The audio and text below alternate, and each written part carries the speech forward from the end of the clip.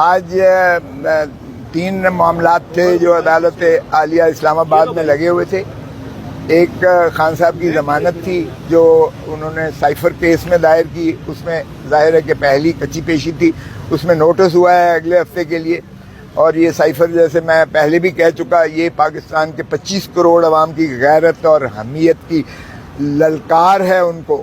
اور میں حیران ہوں کہ جب بابا شہید ذوالفقار علی بھٹو کو ہینری کسنگر نے کہا تھا کہ تم ایٹم بام بنانے سے باز آ جاؤ وگرنہ جو ہے تمہیں عبرت کا نشان بنایا جائے گا, اور انہوں نے وہ لہرایا تھا پنڈی میں, آپ کو یاد ہوگا, لہرا کر دکھایا تھا کہ یہ دھمکی ہے جو ہینری کسنگر کرائی ہے راجہ بازار میں, وہ جو ہے چٹھی وہ دھمکا کے دکھائی تھی.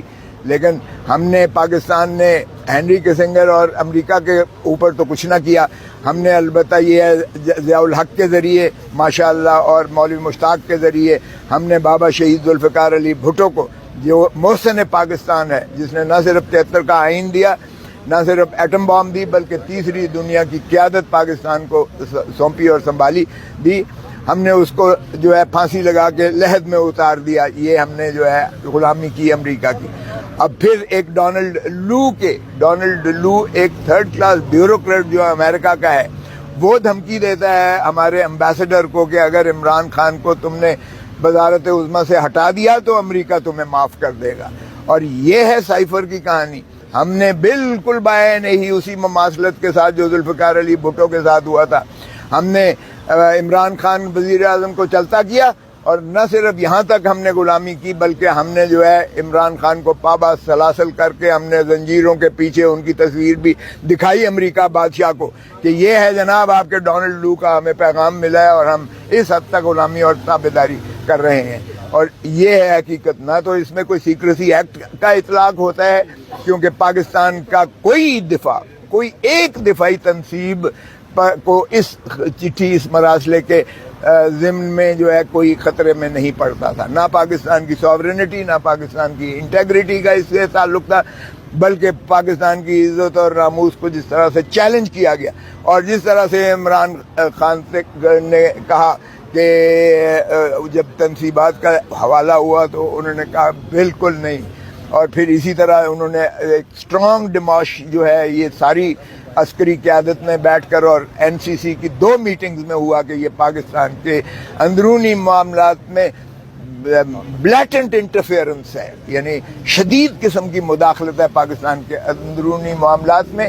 یہ جو ڈونلڈ لو نے کہا ہے یا امریکہ کا پیغام دیا ہے, اس لیے سختی سے اس کی جو ہے مذمت کی جائے, اسٹرانگ ڈیماش لکھا جائے.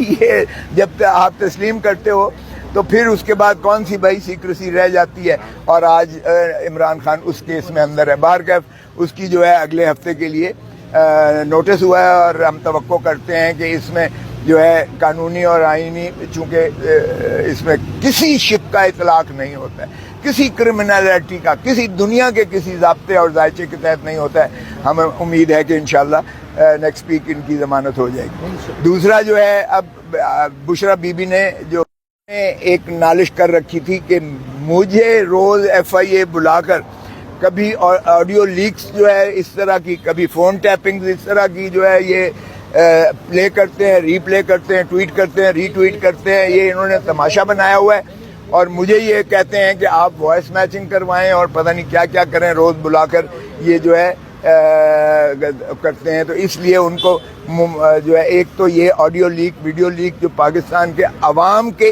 استحقاق کو مجروح کیا جا رہا ہے, ان کی پرائیویسی کو مجروح کیا جا رہا ہے. آرٹیکل 9 ان کے زندگی کے حق کو, کیونکہ زندگی کا حق صرف کھانا پینا نہیں ہوتا ہے, تمام تر آسائشیں اور آزادیاں ہوتی ہیں. اور آرٹیکل 14 جس میں ڈگنیٹی ہے, تو ہوم اینڈ ہرس کی, گھر کی چادر اور چار دیواری کا تحفظ, وہ ان کی شدید پامالی کی جا رہی ہے. اور یہ صرف بشرا بی بی نے اپنے لیے نہیں کی ہے, بلکہ پاکستان کے سارے عوام کے لیے کی ہے جن کے فون جو ہیں اس طرح سے بگنگ ہوتی ہے, فون ٹیپنگ ہوتی ہے, آڈیو لیکس کیے جاتے ہیں, پھر توڑ جوڑ مروڑ کے ان کو جو ہے ریلے کیا جاتا ہے.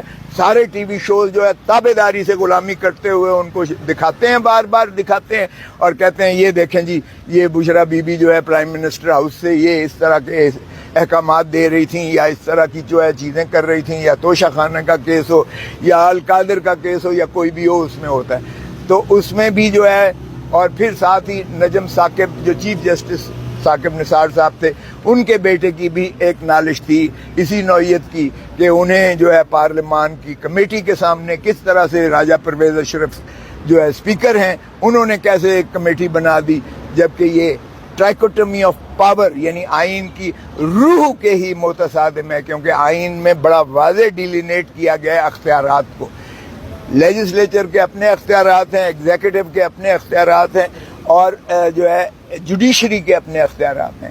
ایک دوسرے پر اس کو جو ہے وہ نہیں کیا جا سکتا. تو اس میں بھی ایک براڈر اسپیکٹرم میں جو جسٹس اسلام آباد ہائی کورٹ کے جسٹس بابر ستار صاحب نے سبھی کو آج کے لیے بلایا ہوا تھا. اٹارنی جنرل باوجود کسی مصروفیت کی، چونکہ وہ کہتے ہیں کہ سپریم کورٹ میں کسی اور مقدمے میں وہ مصروف ہیں، اس لیے ان کی جانب سے استدعا کی گئی کہ اسے جو ہے التوا کیا جائے. انٹیریئر منسٹری کی جانب سے جواب آتا ہے، اسی طرح ڈیفنس منسٹری کی طرف سے جواب آتا ہے، ان کے سیکرٹری سارے دیتے ہیں، اور اسی طرح جو ہے لا منسٹری کی طرف سے بھی جواب آتا ہے، اور پرائم منسٹر کے پرنسپل سیکرٹری کی طرف سے بھی جواب آتا ہے. اور چاروں اداروں نے کہا ہے، مزے کی بات دیکھیں کہ انہوں نے قانون تو بتا دیے کہ جی 1858 کا ٹیلی گراف ایکٹ ہے، اس کی دفعہ فلانی ہے جس میں ہو سکتا ہے. اسی طرح جو ہے ٹیلی گراف ایکٹ جو ہے 1996 کا ہے، اس میں فلانی شک ہے. اسی طرح 2013 کا جو ہے انکوائری ایکٹ ہے فلانا، جس میں یہ شکیں ہیں. اور اسی طرح جو ہے 2016 کا پیکا prevention of electronic crimes act ہے 2016، اس کی فلانی شکیں ہیں. اوہ بھائی، آپ نے قانون تو بتا دیا، اور پھر کہتے ہیں کہ ستمبر